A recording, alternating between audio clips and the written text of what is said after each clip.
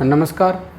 आज अपन शुरू कर रहे हैं एग्रीकल्चर में जो अपना टॉपिक है बीज उत्पादन। तो इससे पहले अपन अध्ययन करेंगे कि बीज क्या होता है, उसकी संरचना क्या होती है।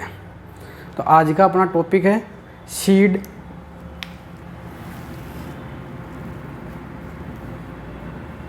बीज सीड। सबसे पहले अपन बात करते हैं कि बीज क्या होता है।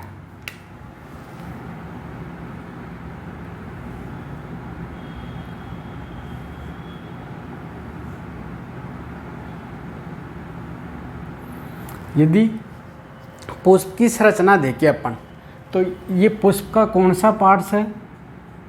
जायांग, जिसमें इस फूली हुई संरचना को तो क्या कह रहे हैं अपन? अंडाशय, ओवेरी। और इसके अंतर्गत जो संरचना उपस्थित है वो क्या कहलाती है? बीजांड, ओव्यूल। तो बीज क्या है? यदि अपन बॉटनिकली इसको डिफाइन करना चाहिए, साइंटिफिकली डिफाइन करना चाहिए, तो बीज क्या होता है? जो परिपक्व बीजांड होता है वही क्या कहलाता है? बीज। जब ये परिपक्व अवस्था में आ जाता है, मैच्योर हो जाता है, राइपन हो जाता है, तो इसी को क्या कहते हैं? बीज कहा जाता है। और जब अंडाशय परिपक्व होता है तो वो किसका निर्माण करता है? फल का निर्माण करता है, फ्रूट्स का निर्माण करता है। ये तो अपने बॉटनिकली बीज को कैसे डिफाइन कर सकते हैं अपन? मीन्स परिपक्व जो बीजांड होता है उसको क्या कहा जाता है? बीज कहा जाता है, जिसमें क्या होता है? एक जीवित एम्ब्रियो भ्रूण उपस्थित होता है। तो बीज को अपन कैसे डिफाइन कर सकते हैं? परिपक्व बीजांड जिसमें जीवित भ्रूण एम्ब्रियो उपस्थित रहता है।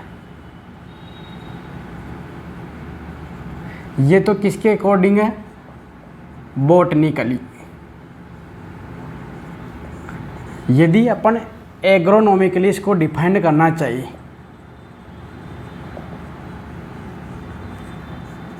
बीज को एग्रोनॉमिकली डिफाइन करना चाहिए, तो क्या होगा?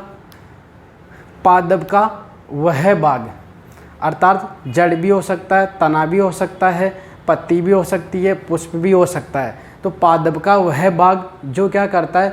अपने समान पौधों को उत्पन्न करता है, उसको क्या कहा जाता है? बीज कहा जाता है। तो एग्रोनॉमिकली क्या हो जाएगा? बीज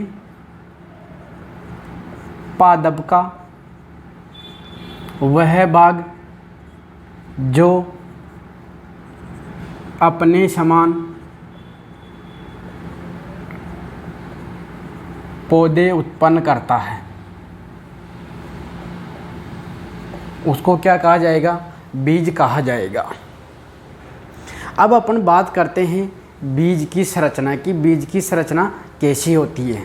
तो अपने कोटिलीडोन या बीज पत्तर के आधार पर बीज को दो भागों में बांटा गया है। किसके आधार पर? कोटिलीडोन या बीज पत्तर के आधार पर।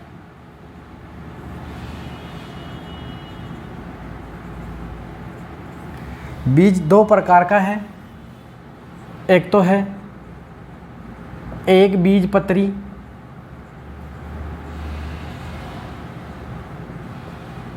मोनोकोटिलीडोन,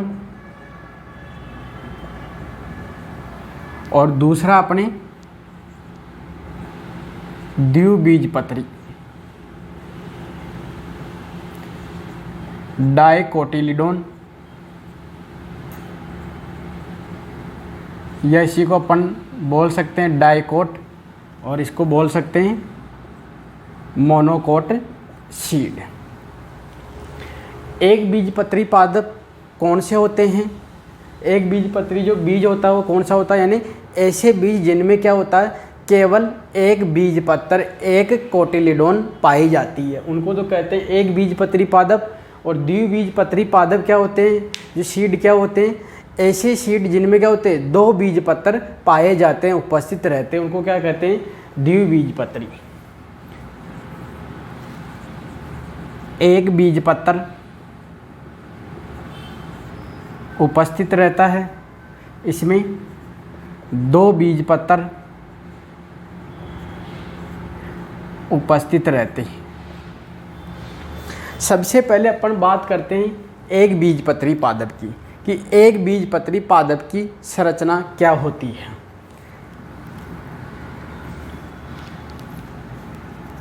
इसमें एग्जाम्पल लेते हैं अपन मक्का का मेज।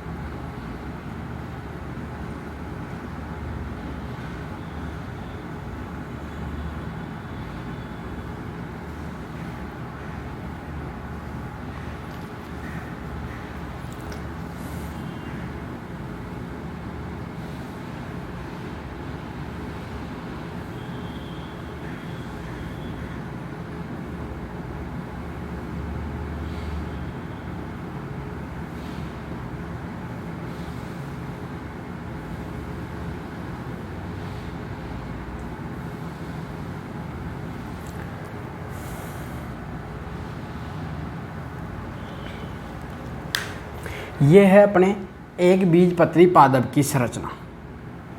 इसमें कौन कौन से भाग होते हैं मुख्य रूप से, ये तो है अपने एंडोस्पर्म, ये है अपने सीड कोट, और सीड कोट जो एंडोस्पर्म क्या होता है, एक प्रोटीन की लेयर से कवर रहता है, उसको बोलते हैं एल्यूरेन लेयर। ये किसकी बनी हुई होती है, प्रोटीन की, प्रोटीन लेयर है ये एक।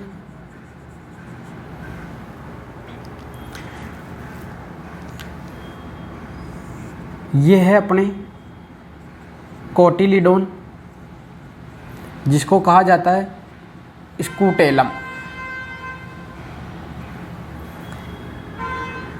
ये है प्लूमल।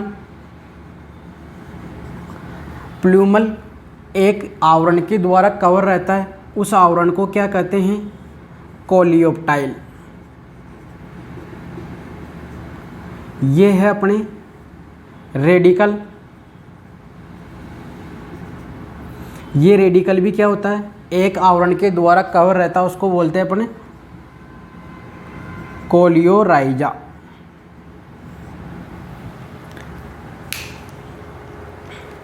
एंडोस्पर्म में क्या होता है, फूड मटेरियल क्या होता है, रिजर्व रहता है।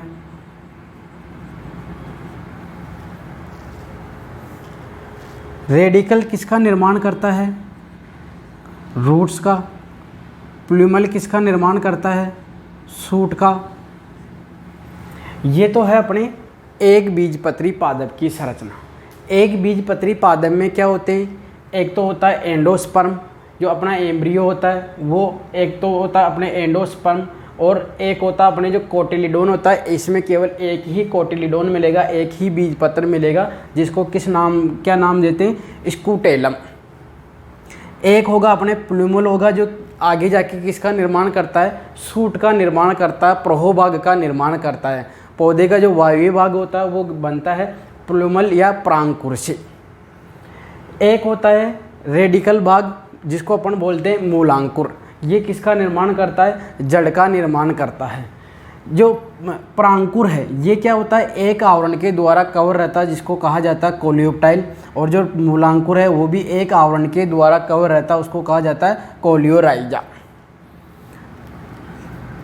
जो एंडोस्पर्म है, ये एंडोस्पर्म क्या होता है, प्रोटीन की लेयर से कवर रहता है जिसको कहा जाता है एल्यूरोन लेयर। इसके बाद में अपन बात करते हैं द्विबीजपत्री पादप की, कि द्विबीजपत्री पादप की संरचना कैसी होती है। यदि इसको देखा जाए, इसका एग्जाम्पल लेते हैं अपन पी बीन,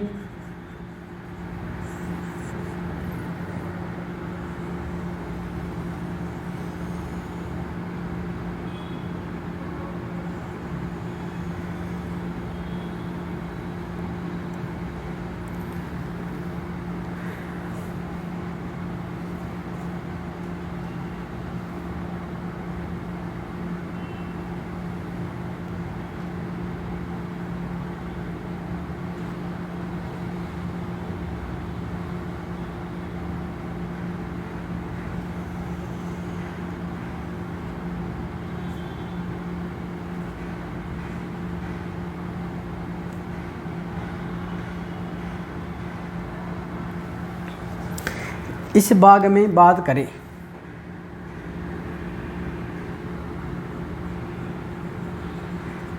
ये तो क्या है, कोटिलीडोन,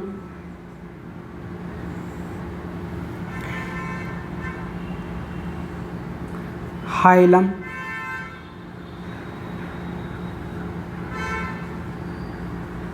माइक्रोफिल।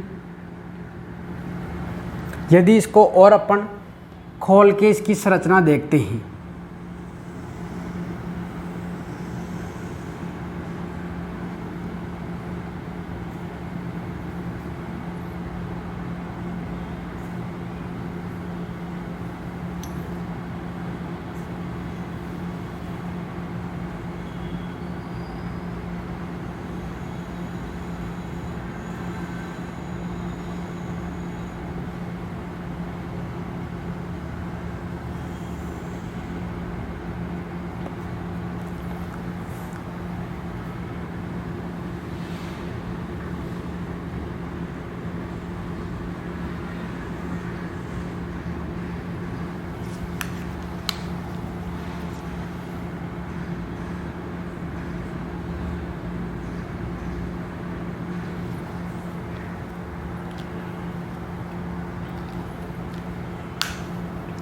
ये दोनों तो क्या है,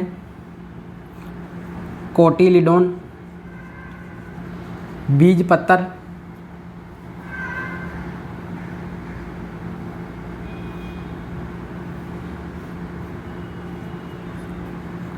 कोटिलीडोन, बीज पत्तर। द्विबीजपत्री है तो बीज पत्र की संख्या कितनी होगी, 2 होगी। ये भाग है अपने प्रांकुर,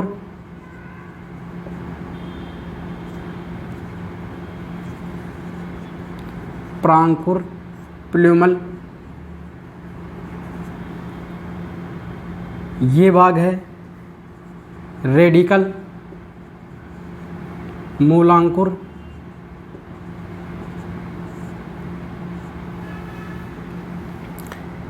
ये भाग है इपिकोटाइल, ये भाग है हाइपोकोटाइल।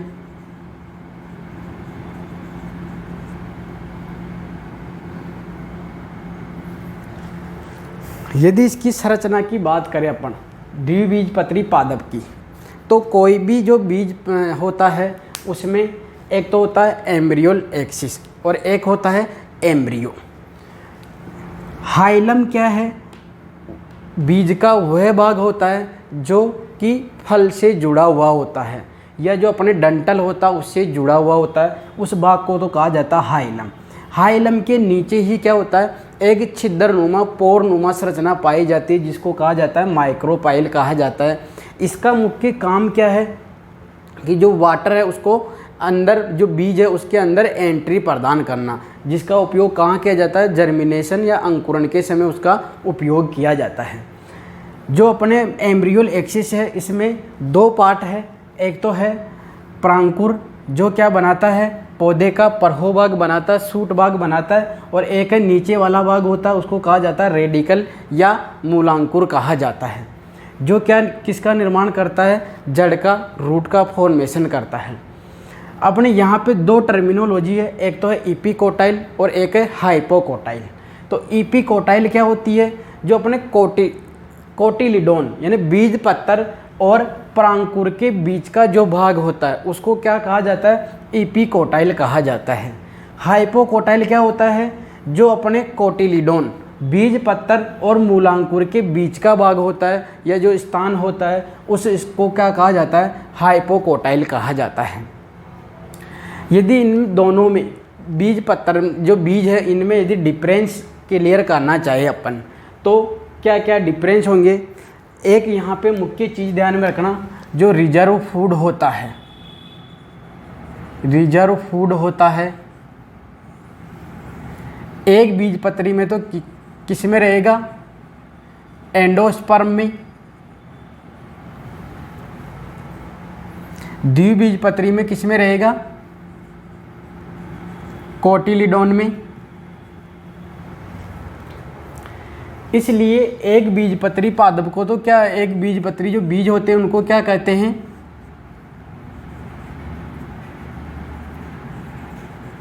एंडोस्पर्मिक या एक्स एल्ब्यूमिनस सीड। द्विबीजपत्री में किस में रिजर्व रहता है फूड, कोटिलिडोन में बीज पत्रों में रिजर्व रहता है। इस कारण इसको क्या कहते हैं, नॉन एंडोस्पर्मिक सीड और एल्ब्यूमिनस सीड। मीन्स इसमें द्विबीजपत्री जो सीड होते हैं, डाइकोट सीड होते हैं, उनमें एंडोस्पर्म एब्सेंट रहता है, और जो मोनोकोट सीड होते हैं उनमें एंडोस्पर्म प्रेजेंट रहता है। इसलिए तो इनको क्या कहा, एंडोस्पर्मिक सीड, और इनमें एंडोस्पर्म एब्सेंट रहता है, इसलिए इनको डाइकोट सीड को क्या कहते हैं, नॉन एंडोस्पर्मिक सीड के नाम से भी जानते हैं। यदि इनमें क्लियर डिफरेंस करना चाहिए कि इनमें क्या क्या डिफरेंस होता है, एक तो होता अपने जो एल्यूरोन लेयर होती है वो किस में प्रेजेंट रहती है, केवल मोनोकोट सीड में रहती है, डाइकोट सीड में एब्सेंट रहती है। दूसरी बात, जो अपने परांकुर है वो किससे कवर रहता है, कोलियोप्टाइल के द्वारा जो आवरण से ढका हुआ रहता है वो केवल मोनोकोट सीड में रहता है। जो डाइकोट सीड होता है उनका जो परांकुर है वो खुला हुआ रहता है, ओपन रहता है, उसमें कोई आवरण नहीं पाया जाता है। तीसरी बात, जो रेडिकल होता है वो मोनोकोट सीड में आवरण के द्वारा ढका हुआ रहता है, जिसको क्या नाम दे रहे हैं, कोलियोराइजा के नाम से जानते हैं। जबकि जो डाइकोट सीड होते हैं उनमें जो मूलांकुर होता है वो खुला हुआ रहता है। यदि अपन ओवरऑल बात करें, जो कोई भी सीड कोट होता है, सीड कोट में दो आवरण पाए जाते हैं। एक को तो कहते हैं आउटर मेम्ब्रेन, आउटर मेम्ब्रेन, एक होती है इनर मेम्ब्रेन। आउटर मेम्ब्रेन को तो किस नाम से जानते हैं, टेस्टा के नाम से। इनर मेम्ब्रेन को क्या कहते हैं, टेगमन। टेस्टा कैसा होता है, मोटा होता है, थिक होता है, और टेगमन कैसा होता है, थिन होता है, पतला होता है। यदि किसी सीड में केवल सीड कोट में एक ही लेयर है तो उसको किस नाम से जानेंगे, टेस्टा के नाम से जानेंगे। ये तो बात हो गई अपने स्ट्रक्चर की। एग्जाम्पल की बात करें तो एक बीजपत्री में कौन से आते हैं, मेज आती है, wheat, sorghum, pearl millet, rice, grass, ये आते हैं अपने एक बीजपत्री में। जो द्विबीजपत्री बीज होते हैं उनमें क्या आता है, green gram, black gram, groundnut, soybean, red gram, pea, ये आते हैं अपने डाइकोट सीड में। ये तो हो गए अपने बीज की संरचना। कि बीज की संरचना क्या है, स्ट्रक्चर क्या है, कौन कौन से पार्ट्स पाए जाते हैं। ये हो गया अपने एक बीजपत्री बीज की संरचना, ये हो गए अपने द्विबीजपत्री डाइकोट सीड है उसकी संरचना। दोनों में क्लियर डिफरेंस क्या है, 3 चीज़ें ध्यान में रखना, एक तो एल्यूरोन लेयर, एक कोलियोप्टाइल और एक है कोलियोराइजा, और एक है अपने एंडोस्पर्म। एंडोस्पर्म किस में प्रेजेंट रहता है, मोनोकोट सीड में रहता है, और डाइकोट सीड में एंडोस्पर्म एब्सेंट रहता है। इसके बाद में अपन बात करेंगे जो बीज उत्पादन है अपने,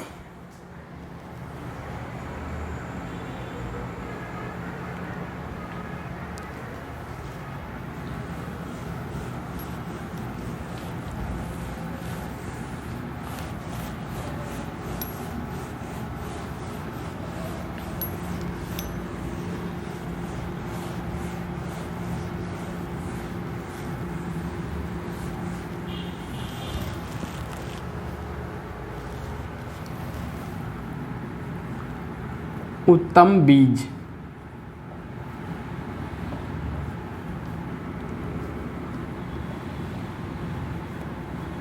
गुड क्वालिटी सीड। उत्तम बीज किसको कहा जाता है, सबसे पहले तो ध्यान में रखना उन्नत किस्में क्या होती है। ऐसी कोई भी वेराइटियाँ जो क्या होती है सामान्य किस्मों की तुलना में 10 से 15% यील्ड ज़्यादा देती है, अधिक देती है, उन किस्मों को क्या कहा जाता है, उन्नत किस्में कहा जाता है। इम्प्रूव्ड वेराइटीज़ के नाम से जानते हैं, और उनके बीज को किस नाम से जानते हैं, उत्तम बीज के नाम से। उत्तम किस्म क्या होती है,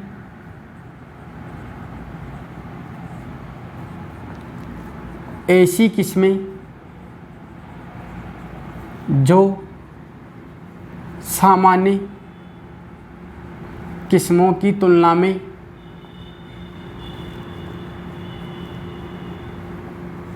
सामान्य किस्मों की तुलना में 10 से 15% उत्पादन अधिक देती है।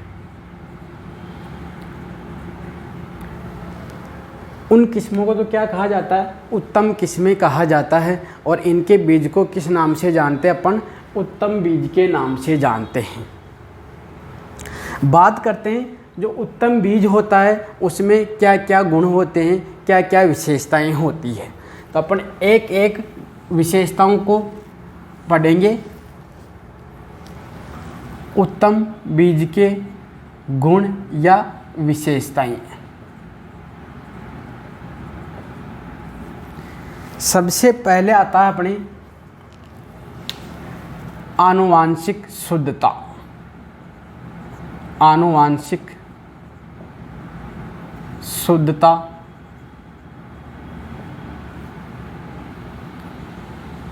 Genetic purity.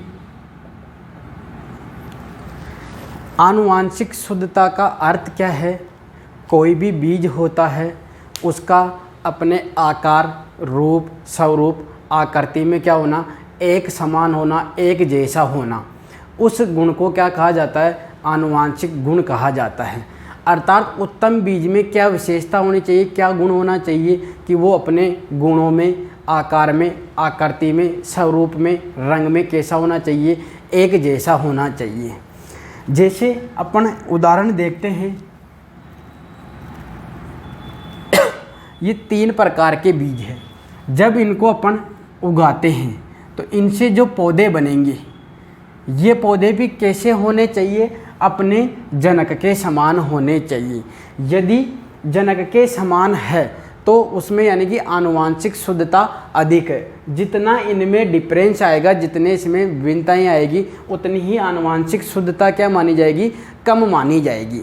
तो उत्तम बीज में सबसे मुख्य विशेषता क्या होनी चाहिए कि आनुवांशिक रूप से वो क्या होना चाहिए, शुद्ध होना चाहिए।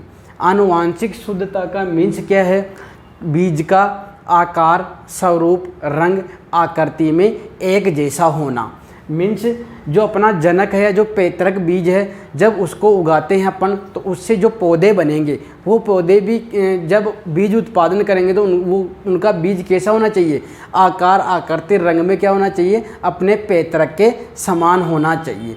यदि पैतृक से विभिन्नताएं आ रही है तो मीन्स उसमें क्या है, आनुवांशिक शुद्धता की कमी है। यदि जितना वो समान होगा उतनी ही आनुवांशिक शुद्धता क्या होगी, अधिक से अधिक होगी। जैसे जो अपना प्रजनक बीज होता है, प्रजनक बीज ब्रीडर सीड होता है, इसकी आनुवांशिक शुद्धता क्या रहती है, 100% रहती है। जैसे अपन 10 बीज को लेते हैं, 10 बीजों को अपन ने खेत में उगाया, तो जब उन 10 बीजों का अंकुरण होगा और पौधे बनेंगे और जब वो बीज उत्पादन करेंगे तो वो बीज भी कैसे होंगे, पहले के जो बीज है उन्हीं के समान होंगे। ये तो हो गए अपने आनुवांशिक शुद्धता। दूसरा गुण है भौतिक शुद्धता।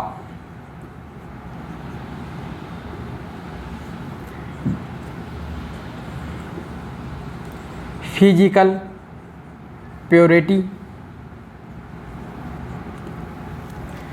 भौतिक शुद्धता का मीन्स क्या है,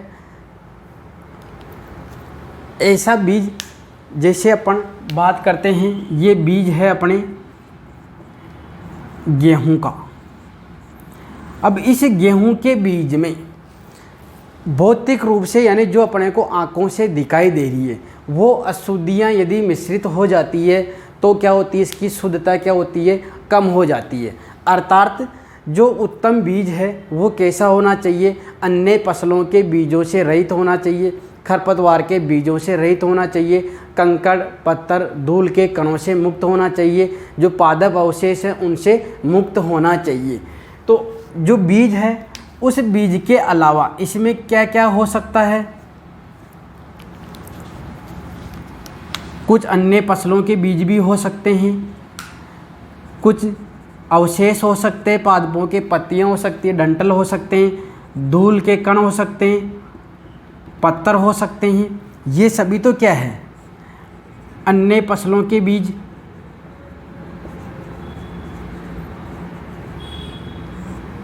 पादप अवशेष,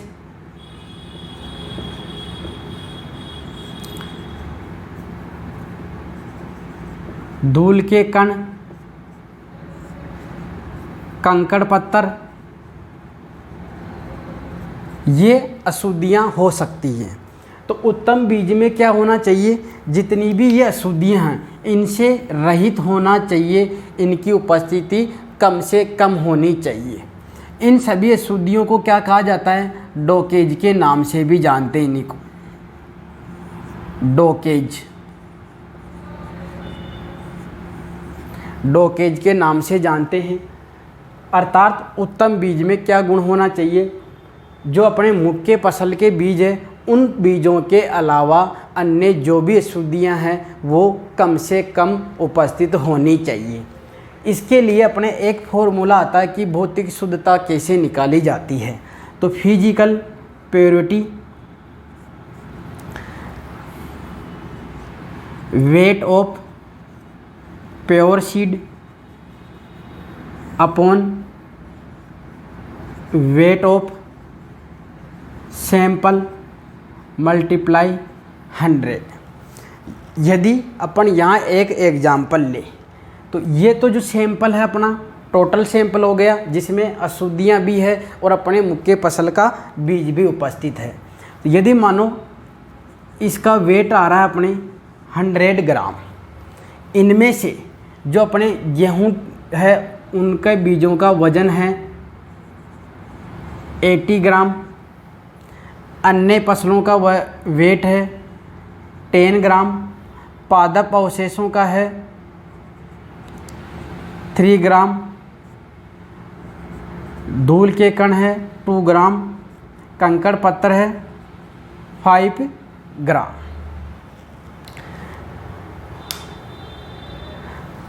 यदि इसमें से अपने को भौतिक शुद्धता निकालनी है, गेहूं की भौतिक शुद्धता कितनी आएगी, तो कैसे निकालेंगे, अपने वेट ऑफ प्योर सीड जो अपना समतल जगह होती है कोई भी, अपने इसका जो निकालने का तरीका वो आता है फिजिकल प्योरिटी बोर्ड आता है एक, उस बोर्ड पे इस सैंपल को फैलाया जाता है।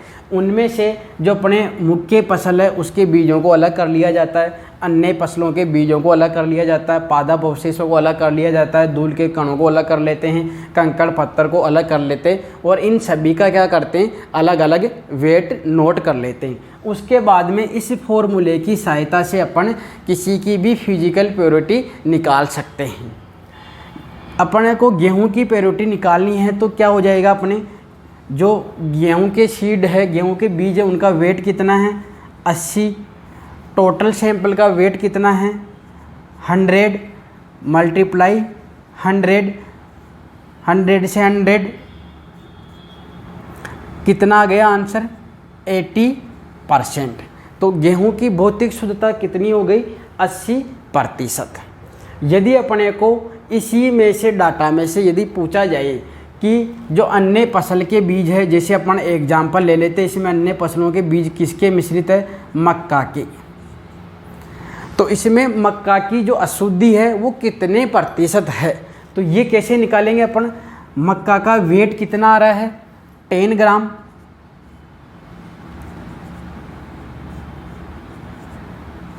कितना आ गया आंसर 10%। यदि पूछ लिया जाए पादप अवशेष की जो अशुद्धियां हैं वो कितनी प्रतिशत है, तो पादप अवशेष का वेट कितना है 3 ग्राम, टोटल सैंपल का कितना है 100 ग्राम मल्टीप्लाई 100, 100 से 100 कट गया तो कितना रह गया 3%। ऐसे ही पूछ लिया जाए धूल के कणों की अशुद्धियाँ कितनी प्रतिशत है, तो धूल के कणों का वेट कितना है 2 ग्राम, सैंपल का वेट कितना हो गया 100 ग्राम मल्टीप्लाई 100, 100 से 100 कट गया तो कितना रह गया 2%। ये है अपने भौतिक शुद्धता निकालने का तरीका, जो कि 12th क्लास में अपने जो बोर्ड की क्लास है उसमें प्रैक्टिकल में भी एक प्रैक्टिकल है ये, जिसमें अपने जो प्रैक्टिकल एग्ज़ाम होगा वहाँ पे क्वेश्चन दिया जाता है इसका कि किसी भी सैंपल का भौतिक शुद्धता कैसे निकालते हैं। तो आप इस फॉर्मूले की सहायता से, इस मेथड से आसानी से उसका परसेंट निकाल सकते हो। इसके बाद में आता है अपने नेक्स्ट जो कैरेक्टर आता है, गुण आता है, इसकी विशेषता क्या है।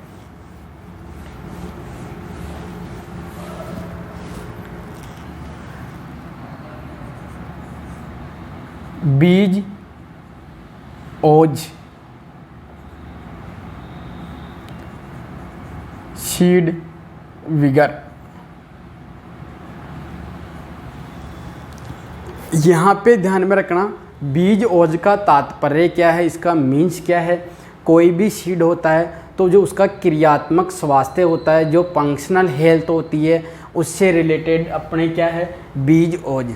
जब किसी भी बीज में जितना उसकी हेल्थ अच्छी होगी तो जब वो बीज जर्मिनेट होगा तो उससे जो पौधा बन रहा है वो पौधा भी कैसा होगा, मजबूत होगा, और जो विभिन्न प्रकार की जलवायु है मृदा है उसमें आसानी से वो क्या होगा ग्रो कर सकता है। यदि उसका क्रियात्मक स्वास्थ्य या उसकी आकृति है वो खराब है, अर्थात उसमें क्या हो गया बीज ओज क्या है कम है, जब ऐसे बीज को अपन बुआई करेंगे, ऐसे बीज की बुआई करेंगे खेत में, तब क्या होगा उससे जो पौधा बनेगा वो क्या होगा शुरुआती अवस्था में कैसा होगा कमज़ोर होगा और रोग और कीटों से लड़ने की क्षमता उसमें नहीं पाई जाएगी। विपरीत जो अपने जलवायु परिस्थितियाँ हैं उसको सहन करने की क्षमता भी क्या होगी इसमें कम पाई जाती है। तो बीज ओज का तात्पर्य क्या है, बीज ओज का मीन्स क्या है। बीज ओज का मीन्स ये है कि किसी भी बीज का जो उसका क्रियात्मक स्वास्थ्य है वो जितना अच्छा होगा उतना ही बीज ओज क्या होगा अधिक होगा, और जितना उसका हेल्थ कम होगी, जितनी हेल्थ डाउन होगी उतना ही उसका जो बीज ओज है वो क्या होगा घटता जाएगा। यदि बीज ओज कम है तो उसका अंकुरण भी क्या होगा कम होगा, अंकुरण कम होगा तो अपने खेत में भी क्या होंगे पौधों की संख्या कम होगी और अंत में उत्पादन क्या होगा कम मिलेगा। यदि बीज ओज अच्छा है तो क्या होगा जो पौधा बनेगा वो पौधा क्या होगा मजबूत बनेगा और अपने पौधों की संख्या भी क्या होगी ज़्यादा मिलेगी और उत्पादन भी क्या होगा अधिक मिलेगा। आयु बढ़ने के साथ में क्या होता है, आयु जैसे जैसे इंक्रीज होती है बीज ओज क्या होता है, घटने लगता है।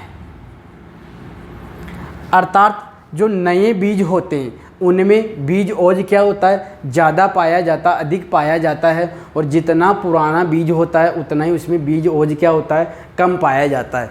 इसलिए क्या होता है, बीज ओज घटने के कारण क्या होते हैं, पुराने बीजों में क्या होती है, अंकुरण क्षमता कम पाई जाती है और नए बीजों की अंकुरण क्षमता क्या होती है, अधिक पाई जाती है। इसलिए ही बार बार अपने को 2 से 3 सालों में क्या करना पड़ता है, बीज को चेंज करना पड़ता है, जिससे कि अपने को पर्याप्त मात्रा में खेत में पौधे उपस्थित हो सके और अपन अधिक से अधिक उत्पादन प्राप्त कर सके। इसके बाद में नेक्स्ट गुण आता है अंकुरण क्षमता।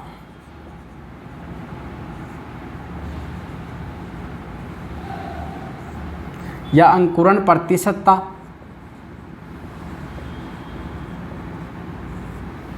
Germination percent.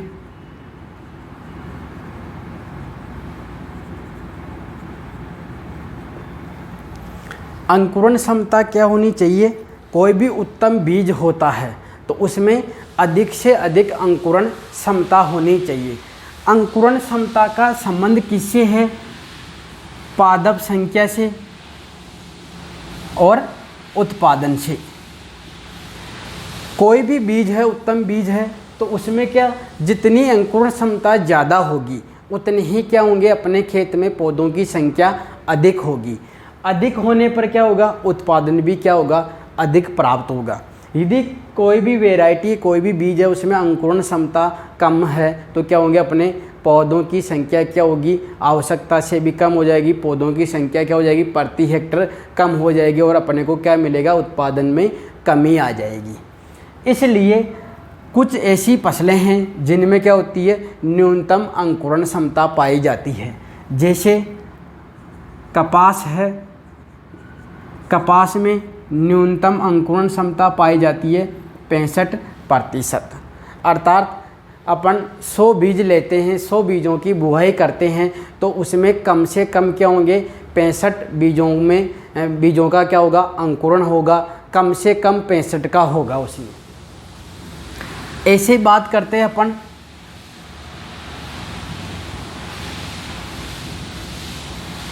मूंगफली, सोयाबीन, सूरजमुखी, इनकी न्यूनतम अंकुरण क्षमता कितनी है, 70%। मूंग, उड़द, मोठ, अरहर, बाजरा, इनकी कितनी है, 75%। रिजका, बरसीम, ज्वार, इनकी कितनी है, 80%। गेहूँ, जौ, चना, इनकी कितनी है, 85%। मीन्स जितनी भी फसलें होती है उनकी क्या होती है, एक न्यूनतम अंकुरण क्षमता निर्धारित की जाती है।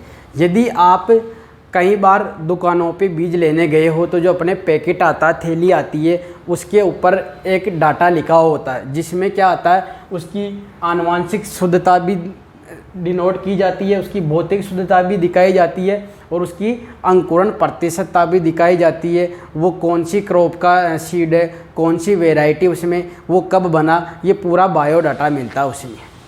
ये तो गया अपने अंकुरण प्रतिशतता। अर्थात उत्तम बीज में क्या होना चाहिए, उच्च अंकुरण क्षमता होनी चाहिए, अर्थात अधिक से अधिक उसमें अंकुरण क्षमता होनी चाहिए, जिससे क्या होगा, अपने पादपों की संख्या पर्याप्त मिलेगी प्रति हेक्टर, जिससे क्या होगा, अपने उत्पादन अधिक से अधिक प्राप्त होगा। इसके बाद में नेक्स्ट गुण आता है अपने उत्तम बीज में क्या विशेषता होती है,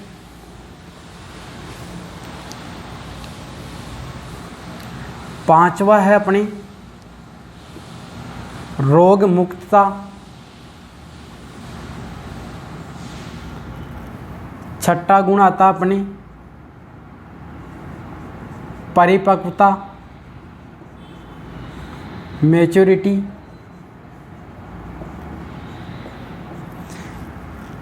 पहले बात करते हैं अपन रोग मुक्तता की। तो जो उत्तम बीज होता है वो कैसा होना चाहिए? रोग कीट मुक्त होना चाहिए।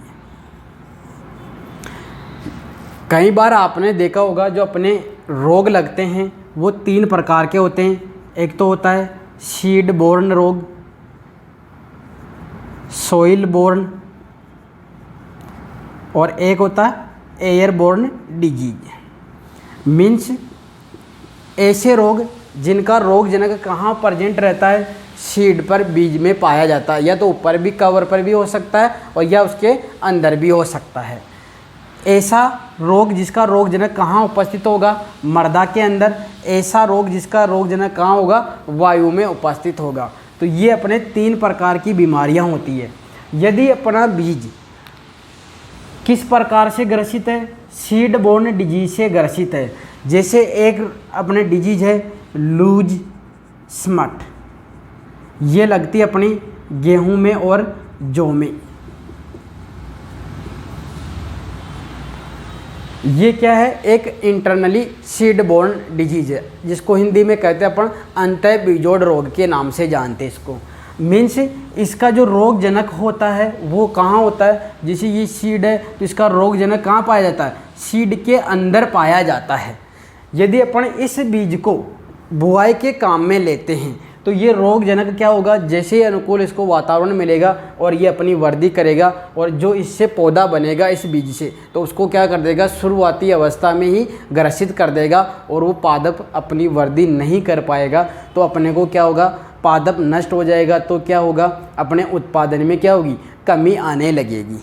इसलिए जो अपना उत्तम बीज होता है उसमें क्या गुण होना चाहिए? उसमें किसी प्रकार के कीट से ग्रसित नहीं होना चाहिए, वो किसी प्रकार के रोगजनक से भी ग्रसित नहीं होना चाहिए, और उसका आकार आकृति भी साफ सुथरा होना चाहिए। वो यहाँ अपने गुण क्या था? रोग मुक्तता, अर्थात बीज कैसा होना चाहिए? उत्तम बीज में क्या गुण होना चाहिए? वो रोग जनकों से फ्री होना चाहिए, रोग जनकों से मुक्त होना चाहिए। यदि उसमें रोग जनक का प्रभाव है तो उस बीज की बुआई करने पे जब पादप का निर्माण होगा, पादप बनेगा, तो वो क्या होगा? पादप भी शुरुआती अवस्था में क्या हो जाएगा? रोग से ग्रसित हो जाएगा और अपने को उत्पादन नहीं मिल पाएगा। जैसे अपन एक एग्जाम्पल ध्यान में रखना कि सीड बोर्न डिजीज कौन सी है? वो अपने लूज स्मट। ये लूज स्मट अपन जब एग्रीकल्चर बायोलॉजी स्टार्ट करेंगे वहाँ पे अपन इस डिजीज़ का पूरा अध्ययन करेंगे कि किस रोगजनक से होती है, क्या लक्षण होते हैं, इसका कैसे मैनेजमेंट किया जाता है। इसके बाद में आता अपने परिपक्वता।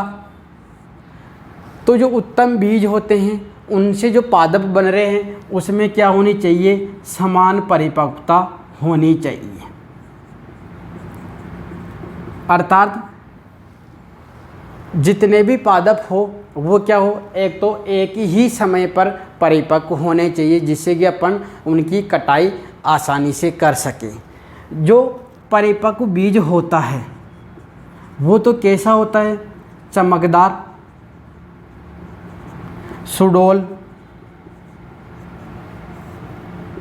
चमकीला। जो अपरिपक्व बीज होता है वो कैसा होता है? छोटा होता है, बदरंग होता है, झुर्रीदार होता है।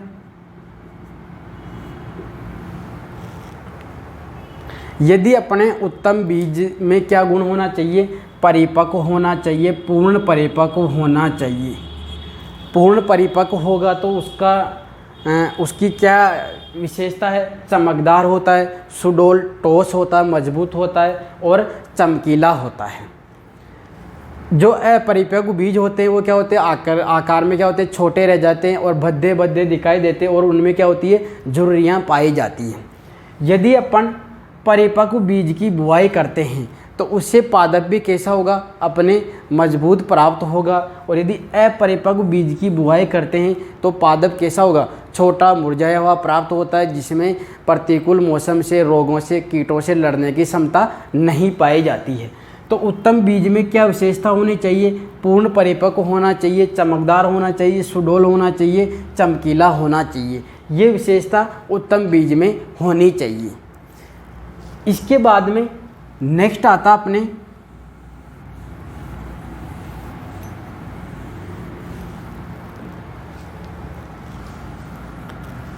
सातवां गुण आता है अपने वास्तविक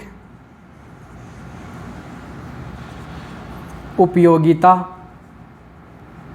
मान।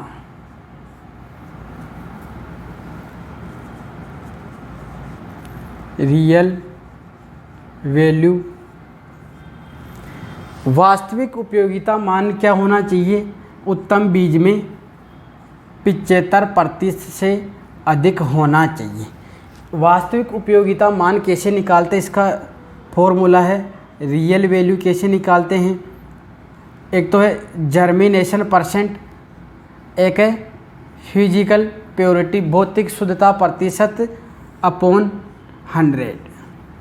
इसकी सहायता से अपन किसी भी बीज का वास्तविक उपयोगिता मान निकाल सकते हैं। वास्तविक उपयोगिता मान उत्तम बीज में कितना होना चाहिए? 75% से ज़्यादा होना चाहिए। यदि 75% से कम है तो फिर उसको उत्तम बीज की श्रेणी में नहीं माना जाता है। इसके बाद में आता है अपने नेक्स्ट गुण आता है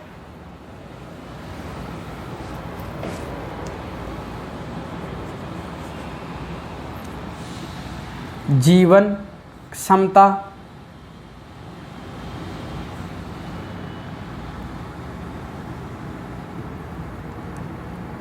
वायबिलिटी। जीवन क्षमता का मीन्स क्या है? जीवित भ्रूण का उपस्थित होना। जीवित भ्रूण का उपस्थित होना अर्थात अपने जो उत्तम बीज होता है उसमें क्या होना चाहिए? जीवित भ्रूण उपस्थित होना चाहिए।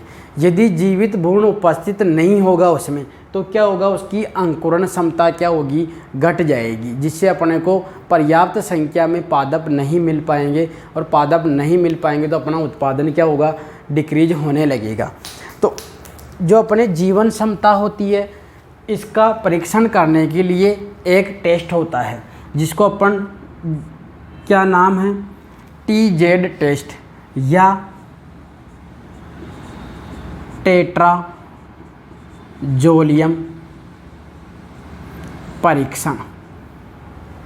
इस परीक्षण में क्या होते हैं?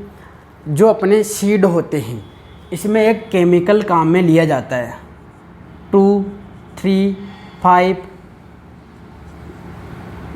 Try phenyl tetrazolium chloride. ये केमिकल होता है जिसको शॉर्ट में अपन किस नाम से जानते हैं? TZ के नाम से, टेट्राजोलियम के नाम से। तो इस जो केमिकल है इस केमिकल का अपन सॉल्यूशन बना लेते हैं, और उस सॉल्यूशन में जो अपने सोक्ड जो सीड होते हैं रात भर पहले क्या करते हैं? उनको पानी में भिगो देते हैं और उन बीजों को क्या करते हैं? इस सॉल्यूशन में डालते हैं। जब इस सॉल्यूशन में डालते हैं तो जो अपने बीज होते हैं उन बीजों का जो बीज पत्तर होता है, जो कोटिलिडोन होता है, उसमें कलर डेवलप होता है। यदि उनमें पिंक कलर आ जाता है, यदि उनमें गुलाबी कलर आ जाता है, गुलाबी रंग है, तो यानी वो क्या उसमें जीवित भ्रूण क्या है? उपस्थित है। जीवित भ्रूण प्रेजेंट है। यदि रंग में कोई परिवर्तन नहीं आता है, रंग विकसित नहीं होता है, तो उसमें क्या है? जीवित भ्रूण क्या है? एब्सेंट है। मीन्स जब उसके बीज पत्रों में यदि गुलाबी रंग विकसित हो जाता है तो उसका मीनिंग क्या है? कि उसमें जो बीज है उसमें क्या उपस्थित है? जीवित भ्रूण उपस्थित है। और यदि अपन ऐसे बीज की बुआई करेंगे तो उसमें क्या होगा? अंकुरण होगा और पौधों की संख्या क्या होगी? अपने ज़्यादा से ज़्यादा प्राप्त होगी। तो इस टेस्ट के द्वारा अपन क्या परीक्षण करते हैं?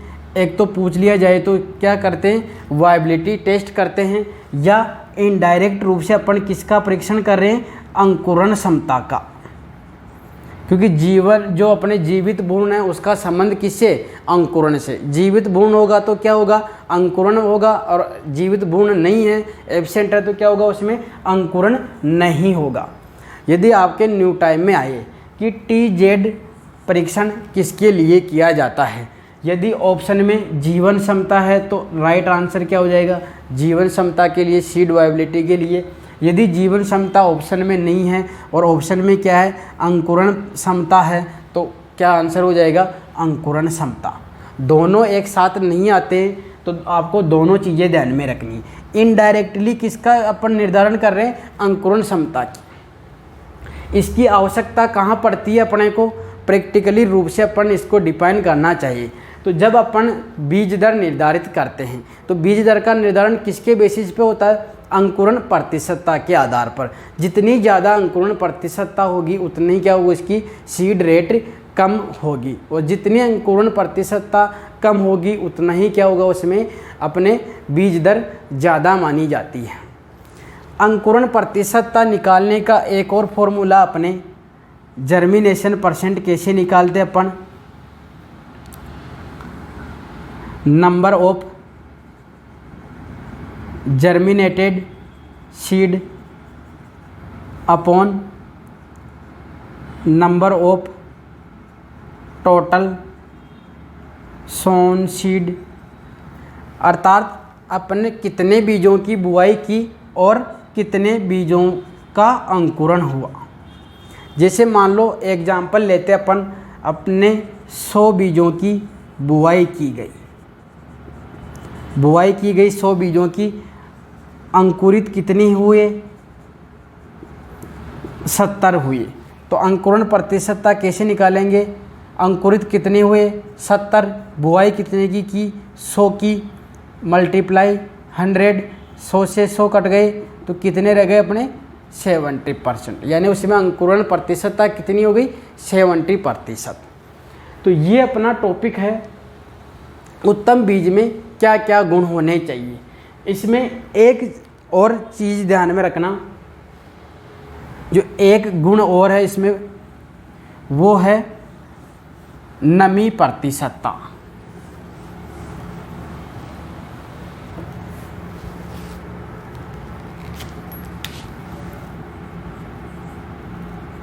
नमी प्रतिशतता, मॉइस्चर, जो अपने उत्तम बीज होते हैं उनमें नमी कितनी होनी चाहिए, 8 से 12%। नमी प्रतिशतता से क्या रिलेशन है अपने, जो उत्तम बीज होता है उसमें जितनी ज़्यादा नमी होगी यदि किसी भी बीज में, तो क्या होगा, उसमें कीट और रोगों का प्रकोप भी क्या होगा, ज़्यादा लगेगा। जो अपने कवक होते, जीवाणु होते हैं, वो क्या करते हैं, अधिक नमी पर क्या करते हैं, बीजों को रोग से ग्रसित कर देते हैं। इस कारण जो उत्तम बीज होता है उसमें अधिक नमी नहीं होनी चाहिए। कितनी होनी चाहिए, 12% से कम नमी की मात्रा होनी चाहिए उसमें, क्योंकि अधिक नमी पे क्या होता है, बीज क्या होता है, रोगों से और कीटों से क्या हो जाता है, ग्रसित हो जाता है। और जब बीज ग्रसित हो जाता है तो उसमें अंकुरण क्षमता क्या होती है, घटने लग जाती है, जिसके कारण अपने को पर्याप्त पौधों की संख्या नहीं मिल पाती है और उत्पादन में क्या होती है, गिरावट आने लगती है। इसलिए सुरक्षित भंडारण के लिए कितनी नमी की मात्रा मानी गई है, 8 से लेके 12%। ये अपना पूरा टॉपिक है जिसमें अपन ने क्या डिस्कस किया, एक तो बीज क्या होता है, बीज की संरचना क्या होती है, एक बीज पत्र की कैसी होती है, द्विबीज पत्र की कैसी होती है, और उसके बाद में अपना दूसरा टॉपिक था इसमें उत्तम बीज क्या होता है और उत्तम बीज में क्या क्या गुण होने चाहिए। इसके बाद में अपन बात करेंगे नेक्स्ट लेक्चर में कि उत्तम बीज का उत्पादन कैसे किया जाता है, उसकी जो साइंटिफिक टेक्नोलॉजी है वो क्या है।